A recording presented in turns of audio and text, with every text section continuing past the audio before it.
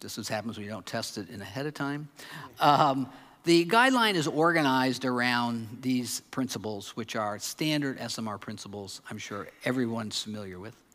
And I just want to highlight a couple of them because it's primarily what we're going to be talking about today. The first and most important one is, of course, distinguishing research as the purpose, and being clear with people when we approach them exactly what information we plan to collect from them, and most importantly, what we're going to do with it, what uses we plan to put it to. That's terribly important, and we're in a space where there's a lot of ways in which people want to collect personal information from people, and this is something in particular that Mark's going to talk about.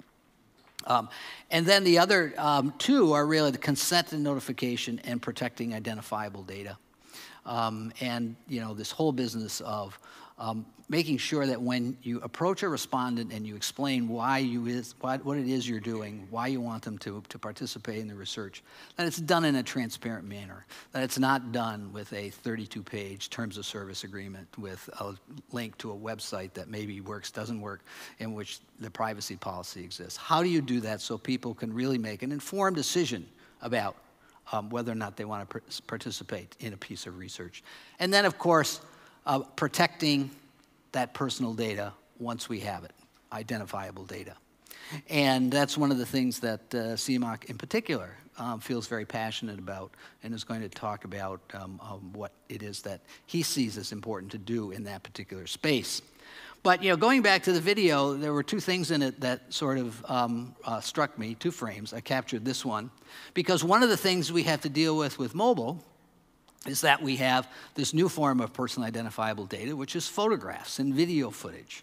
And it was comforting to see in this particular video that when people who got captured by the video did not want to have their personally identifiable image, in this case, more broadly broadcast, that the people who made the video did this kind of pixelization so that you couldn't see who they were. And even some people who agreed to participate, as you saw, once the whole thing was revealed to them, said, fine, you can kind of keep me in, but I don't want to be identifiable. And so a number of the participants also had their faces pixelated, so you couldn't see who they were.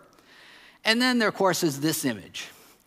The video was made in Belgium, so right here and now, I want to make it clear this is not the back room of Insights Consulting, okay? And Annalise, please apologize to Niels if he gets wind of that. But this is not who we want to be, all right, as an industry.